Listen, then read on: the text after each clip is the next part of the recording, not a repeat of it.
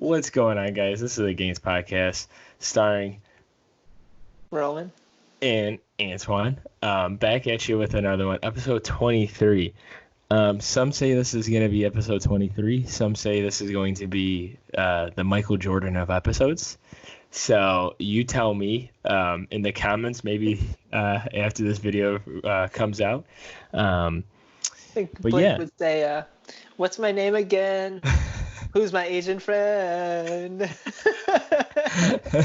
Oh gosh, but awesome, guys. Well, we're back. Sorry for the delays. As you could tell, Sam and I just recently moved, so a lot of the changes are going on. So I haven't been able to post. We actually just officially moved out, so hopefully we can get the content going again.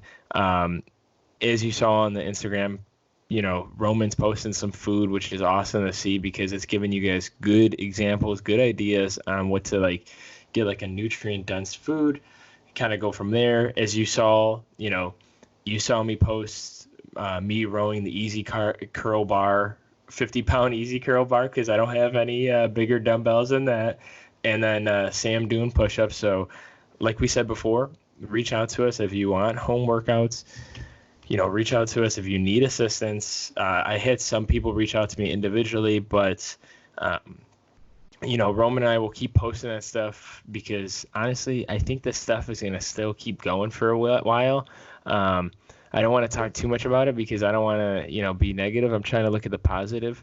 I think the biggest advice is to keep moving, keep exercising, keep trying to – what I told someone earlier, one of the people that, was asking me a question, they said, hey, I don't have anything. And I'm like, well, maybe just go to a park, maybe get something, and maybe get good at the random stuff that we never think about getting good at. Push-ups. True that. That's a good point. Push-ups, pull-ups, sit-ups, mobility, things like that. Because if you don't, every gym has that portion, but we probably don't practice it often.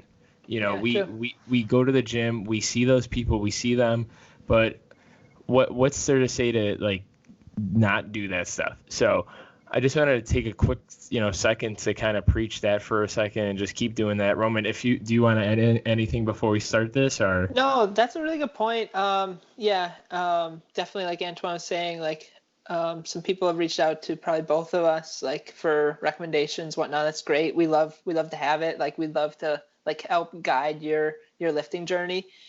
Something as simple as an air squat. You can do that from the comfort of your kitchen, working on maybe your squat depth.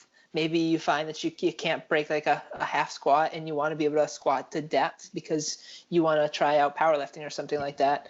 So starting to work on some of those functions, you might have some hip tightness. So start to do some maybe you think that yoga could help to break that up, strengthen some of the surrounding tissues of the hip musculature. Totally game. That's totally fair. Go for it. Test it out. Try it out for a little bit, maybe 2-4 weeks.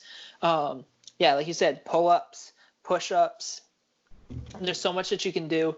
John Meadows has posted some really great at-home workouts that you can do, as long as you have a friend that can quarantine with you type deal, or a partner.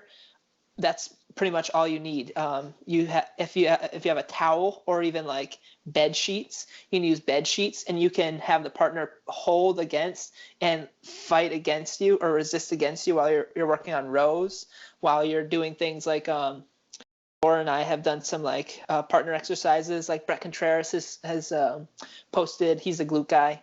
For those that don't know, he's posted some videos of thrust your partner. So there's a new hashtag on Instagram. It's hashtag thrust your partner. So Laura's been thrusting me. It's been great, man. We've been having a grand old time.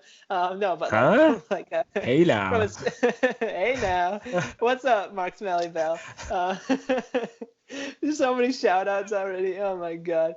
But no, from a strength and a conditioning standpoint, hip thrusts really great for strengthening up your glutes. So you can do that. There's just so much that you can do, and honestly, like the sky's the limit. It really does just take like sitting down and like trying to be like creative, trying to figure out like what your game plan is from like a fitness or a health standpoint, and then if you need assistance, if you feel comfortable reaching out to us. This is like what we love to do. We don't get paid to do the Gainz podcast yet. We put out this free information because we think that'll help people within our community. And yeah, just something that I think that the two of us both like to like research, and yeah, we just want to put out this free information for the people.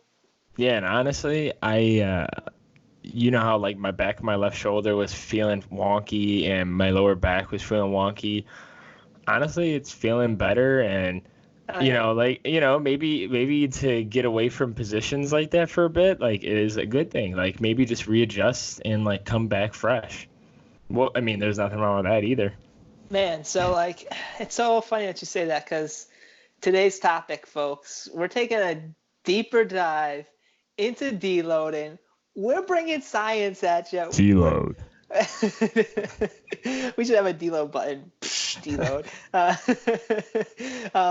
We're throwing Jeff Nippert at you. We're bringing science back, kind of like Justin Timberlake and Sexy back. But no, I mean, it is very plausible that, like you said, like certain positions, like over time, could be creating like a certain like potentially unwanted or unwarranted stress or strain on tissue or bone, possibly, what we're going to be covering today. So no, I'm actually like really glad to hear that, buddy. Yeah, like my mid back was also starting to act up a little bit, but I was trying to push through it because I was hitting some really nice PRs on squats and whatnot. So yeah, an extended deload can never hurt. You can always find creative ways to train. It looks like both of us are doing that. So that being said, we'd like to introduce today's podcast, going over Wolff's Law and some bone remodeling. We're throwing a little bit of A and P at you folks. So Wolff's Law, if you haven't heard it before, we're just going to give a brief overview of it, and then we're going to take a deeper dive into some of the cells or the living functions of bone and the functions that bone has in our body. But Wolff's Law essentially looks at the demands that are placed upon bone, and it's going to interact or react or adapt based off of those demands. We'll leave it there for now. Antoine, did you want to introduce some of the terms that we wanted to introduce to our podcast listeners? Yes. Deload. Deload. So pretty much going off what Roman was kind of just summarizing, and we did that on purpose, obviously, because Wolff's Law is a little bit further in depth. But as you could tell from what Roman was saying, if you're lifting, you're doing something, your bones are also going to adapt physically with those things, with that.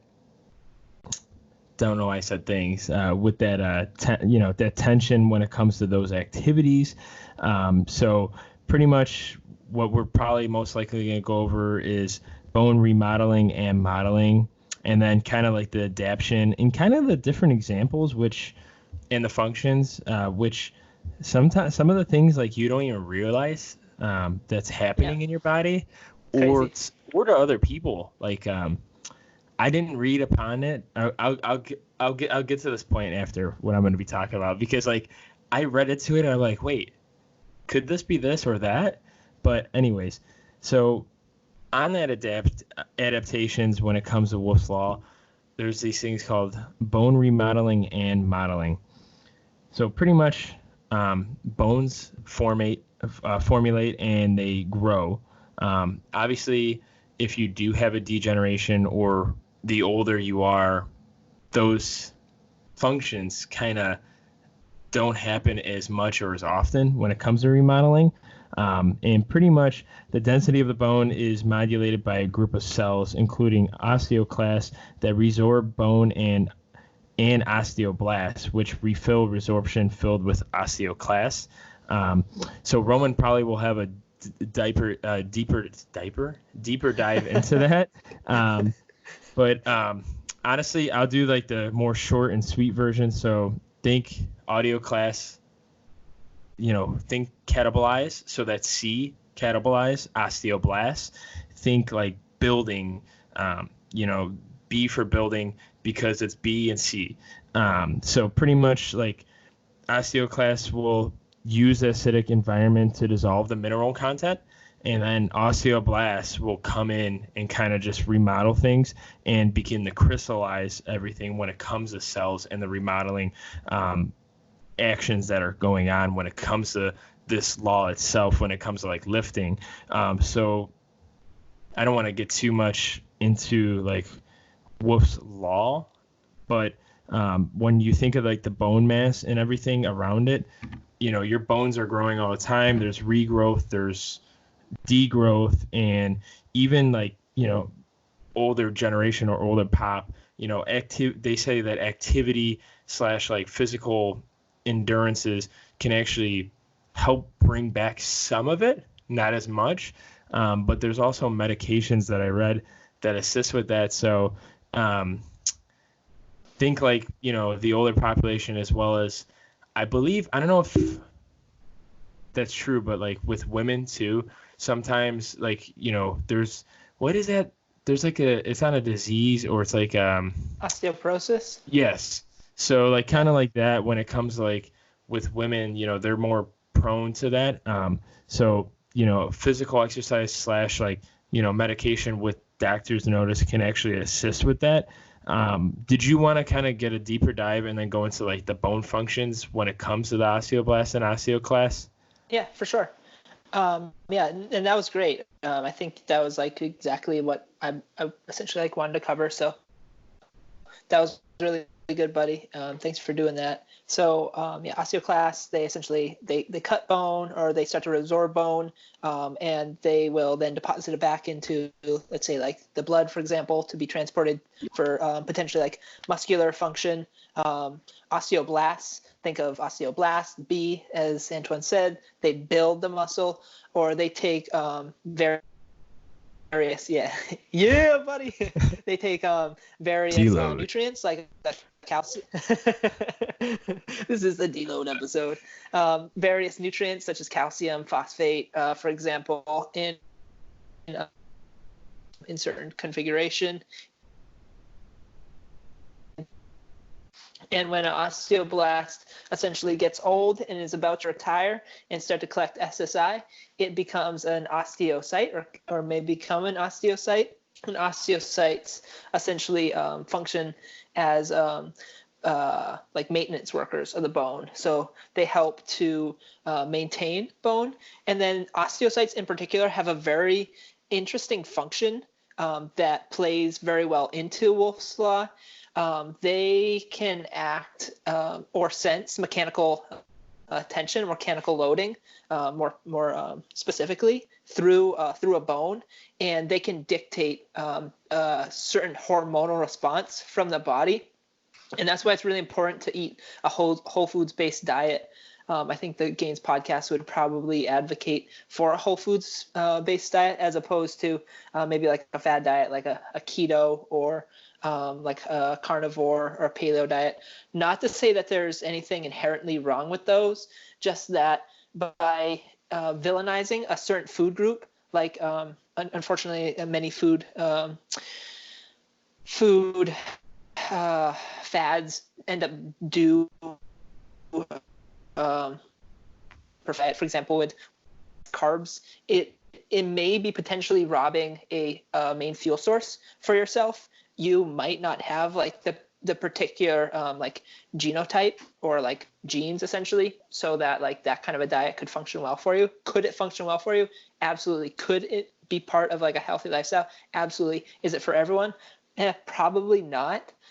So it's important to essentially like do your own research, but like also in these times that we live in, it's such a confusing time, because even somebody like such as myself who spends like much of his free time looking into like many of these matters, like what what makes a healthful, like, nutritious diet, like, that spends money on like buying like course books and whatnot, so that we can, you know, provide like free content for you. I myself like can get like caught up in it sometimes, and I have to like take a step back and look to like trust and, you know, go back, do some research, what may have you. So I definitely empathize with our listeners there. But yeah, we would definitely advocate for a healthful, nutritious diet that, you know, doesn't ignore any of like the main food groups, fruits, veggies, some sort of a protein, dairy in particular, grains. I think they all have a time and a place in the diet. Even sweets. I mean, like, man, I'm on a masking phase right now, and like if I could have a cookie or two, like to help me get to my calorie goals, like some days, like, man, I might not be able to like hit it, and I might have like a harder time doing it. So, well, I mean, think about it. If you eat ice cream, dude, calcium, milk, duh. Yeah. If you're having cookies, you're Gainz, getting double cookies and some milk. Equals osteoblast and more bone formation. I mean, heck. Yeah, why are you eating that cookie? To promote bone health?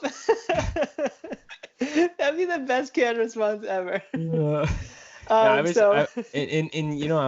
talking to Sam today, and I was curious because, like, you know, there's a lot of stuff that we research, and, you know, like, and I was like, well, I really have like a bad, you know, I've talked to Roman about this, but like, you know, I don't drink that much milk. I drink almond milk. And then I was curious, and I just looked it up. So I don't know if you want to even talk about this, but some high calcium foods include like almonds, apricots, artichokes, asparagus, you know, berries, broccoli, chickpeas. Even for you soy gain fans, tofu has a lot of calcium in it too. So hey, it looks like I think I'm doing a pretty good job. I thought, like, you know, because I was like, wait, I don't eat like any milk products. Like, I barely eat cheese. Like, even though I want to say I eat a lot of cheese, I don't as much. But like almonds and everything, yeah, of course.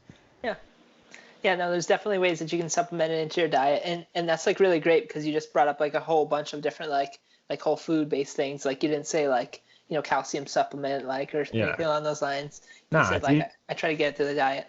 Dude, I'm being like Roman these days. I only take, well, Roman doesn't even take creatine. I only digest like creatine these days because like, just because like I don't know where half of my stuff is, as well as like, you know, I'm at the point where like like Roman was saying, like, I mean, I eat pretty much like 3 to 4 whole food meals compared to like a normal person that might eat 3 meals in a day, and I usually eat like 5 or 6. So like if I eat like 2 or 3 meals where it's like maybe like chips or like some cookies, I mean, I don't think it's hurting me one bit, but we'll see. I mean, I'm on like what 3,100 calories now, so it's pretty good to enjoy some 400 grams of carbs. But isn't it, Bob? It's awesome. Antoine and I, folks, are both on the Gainz train now, so watch as we blow up over the next year.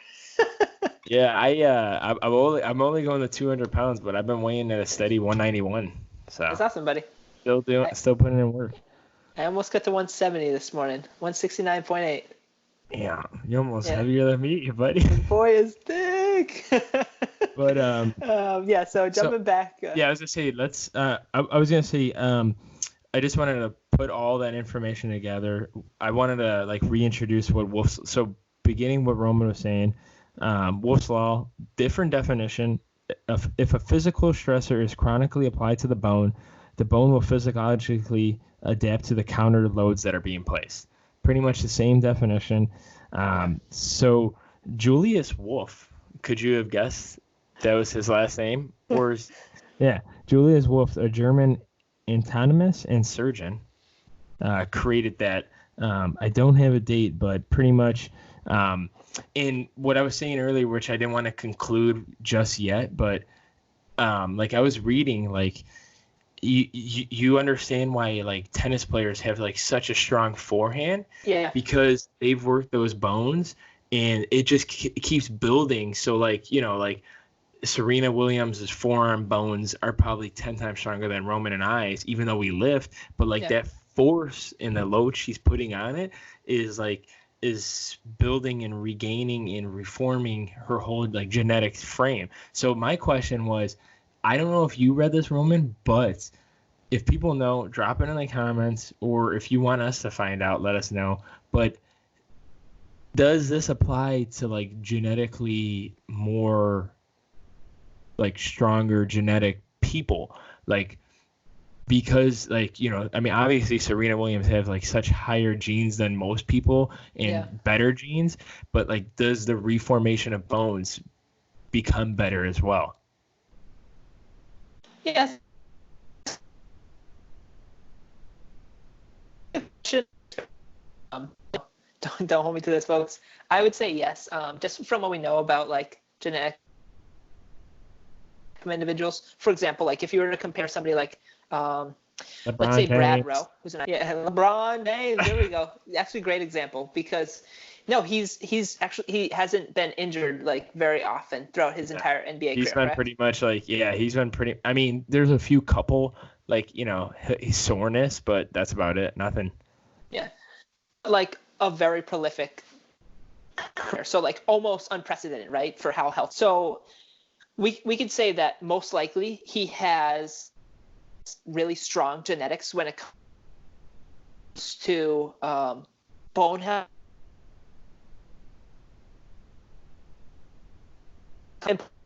James, I think he spends like several $1 million on his personal training, his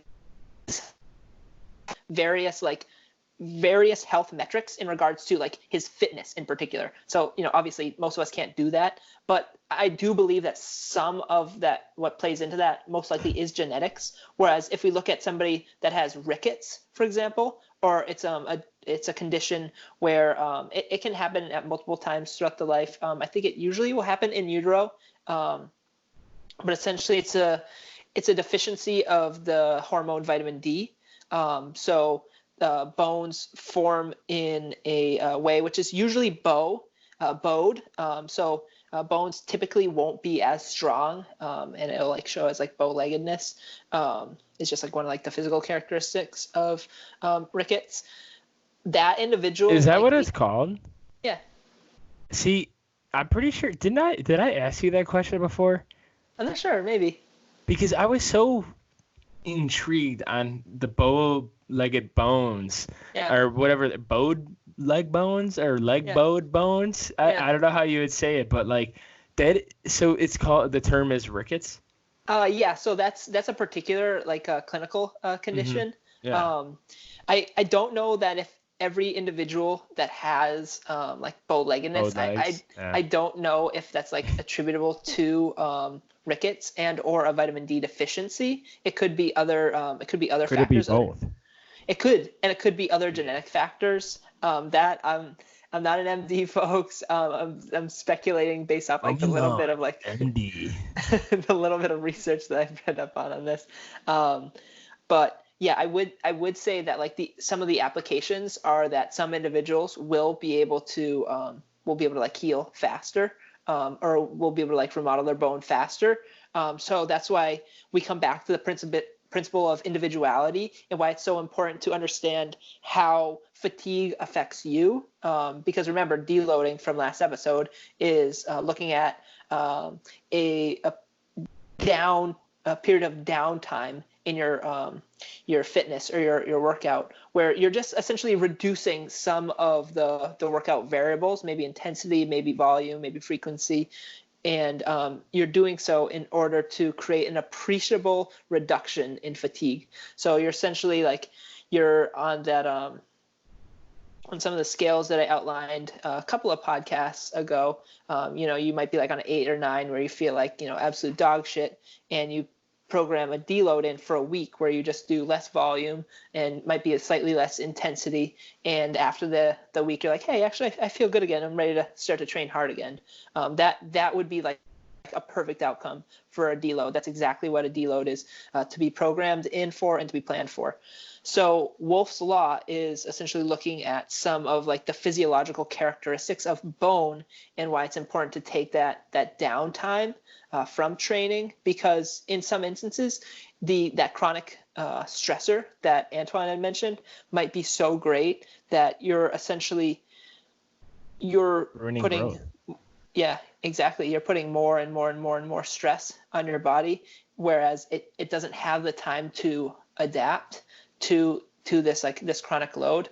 It will over time, but we might be able to propagate those gains better or more efficiently if we have planned periods of downtime.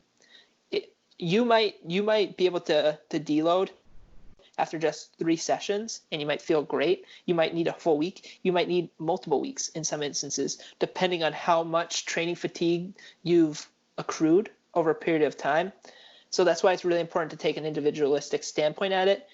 And then also, that's why I would also recommend for beginners to beginner intermediates, because probably a standard intermediate up to advanced, most likely you've created some of these habits already. If not, then I would seriously start looking at it, just to essentially improve the likelihood of longevity of your career in just working out. But I would create a deload paradigm: 2-to-1, 3-to-1, 4-to-1, 5-to-1, whatever it is, whatever makes most sense for you. Take a guess, take a stab. But what that will do, that will aid in the information or the data that you're able to accrue, and it'll let you know I pushed it out a little bit too far. I should throw in a deload maybe 1 week sooner. So you were doing a 5-to-1 paradigm, now you're doing a 4-to-1 paradigm, where you're building your volume, your intensity, then you deload, you allow some of that bone remodeling to happen, and you get right back after it. Yeah, so that's exactly, and then to put it all together after that deload statement, that's exactly why, Roman and I thought it was a good idea to go over Wolff's Law and kind of the functions and the more science of the background of your bones. Because, one, we're trying to keep you healthy, and two, that education behind why the principle is there in the first place of deloading. So this is all awesome. And also, just so you guys know, if you made it this far, make sure you rewind, and every time Roman talks, give it a minute or so. He flexes at least his right pec. I did see that. I don't know why that's happening. At least, I don't know if it's because it's the internal rotation of the shoulder. I think whenever I do this. Just rewind it back. I mean, you can't really tell with me because I'm wearing a dark shirt, but you could tell with him because he's wearing a light blue shirt today. But it just keeps happening, and I can't stop looking. The pec gains, baby. Guys. Anything you wanted to add to this, Roman? I think we hit the dot. It's pretty good. There's some functions of bones that I wanted to cover. But if you're curious about some of the functions of bone, the one thing that I wanted to instill in the podcast was bones aren't just these things that just kind of sit nascent in our body. They're very, very reactive and adaptive tissues. So they reply to or respond and adapt to different stressors on the bone, like mechanical stress, for example. They are able to heal remarkably quick. People that have complete fractures, in some instances, have them healed in 2 to 3 weeks. I think the average time is 4 to 6 or 6 to 8 or something along those lines. But just unbelievable mechanical work is done on the micro scale, which is just it's unfathomable. It is our body is just such a miracle to me. And the more I learn about it, the more I'm just dude, I'm so fascinated. I'm how is all this happening, and how is all this being coordinated? It's so unbelievable. So yeah, no, it's what I wanted to convey is that man, bone is really crazy. It's really cool. It does a lot for us. It's important to respect our bones, respect our bodies.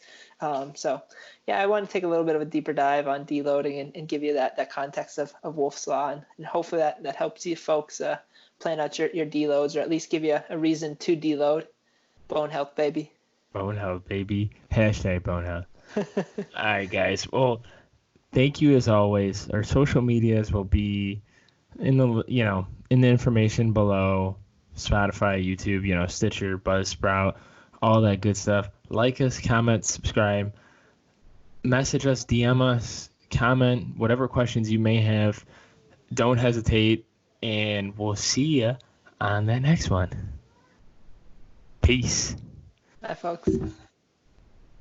Man.